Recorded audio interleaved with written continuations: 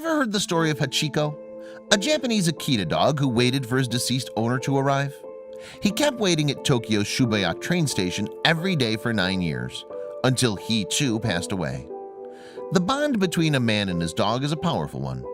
But if you're one of those misguided souls who believe animals can't feel emotions, you're in for quite a heartbreaking shock. So grab a tissue because you're about to watch a story of a loyal dog who refused to let go. He's known as the Greek Hachiko, after the loyal, heartbroken Japanese Akita who mourned his owner. A 40-year-old man named Harris was the dog's owner.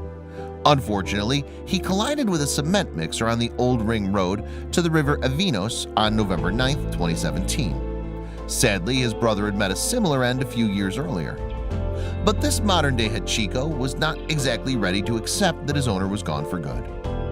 No one knows how he made it, but somehow the pooch traveled 7.5 miles from his home in Nafpaktos to visit Harris's crash site.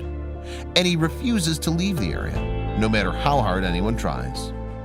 The dog has been mourning his owner for 1.5 years, and he won't leave it any other way. Although locals have tried to take him away and find him a loving new family to be with, the pooch always finds his way back to the road shrine where his owner tragically lost his life. And the locals have just about had it. The locals have pretty much given up on trying to get the stubborn Greek Hachiko to move on. But that doesn't mean they were ready to give up on him. So instead of trying to relocate the dog, they built him a tiny shelter and brought over food and water while he waits for his owner to make a miraculous return. Every now and then, locals will stop by and show the dog some much-needed love. But at the end of the day, there's only one person he wants to see again, and that's Harris. But of course, that can never happen, and perhaps he knows it, but is struggling to accept the loss. Is your keyboard covered in tears yet? Most pet owners dread the day that their animals will pass because they can't cope with the loss.